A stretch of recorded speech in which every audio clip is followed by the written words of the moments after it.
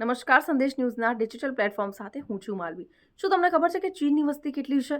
1.408 અબજ. ભારતની વસ્તી 144 કરોડ. પરંતુ હું ગુજરાતના જ એક એવા શહેરની વાત કરવા જઈ રહી છું જેની વસ્તી ન્યુયોર્ક અને બગદાદ કરતાં પણ વધારે છે. હું વાત કરી રહી છું સુરતી લાલાઓના શહેર સુરતની.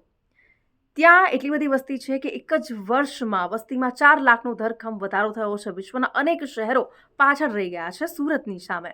4 લાખનો ધરખમ વધારો થયો. સુરતે ન્યુયોર્ક અને બગદાદને પાછળ મૂક્યા, પરંતુ ડાયમંડ સિટી અને ટેક્સટાઇલ હબ તરીકે વિશ્વભરમાં જાણીતા સુરત શહેરમાં વસ્તીનો વ્યાપ એ સતત વધી રહ્યો છે. 2020ના હદ વિસ્તરણ સાથે જ નવા 27 ગામો અને 2 નગરપાલિકાઓનો સમાવેશ થયો હતો.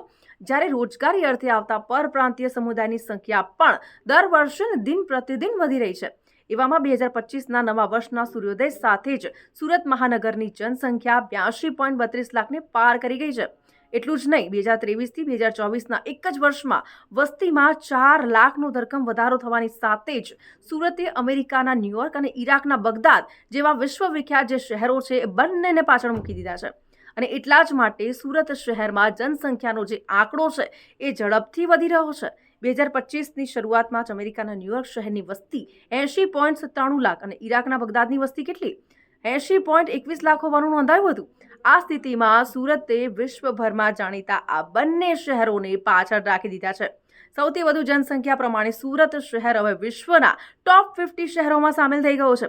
એક એજન્સીએ તો સર્વે પણ કર્યો હતો અને આ સર્વે પ્રમાણે વિશ્વના ટોપ 50 શહેરોમાં સુરતને 47મું સ્થાન આપવામાં આવ્યું છે, જ્યારે ન્યુયોર્કને 49મું અને બગદાદને 50મું સ્થાન આપવામાં આવ્યું છે.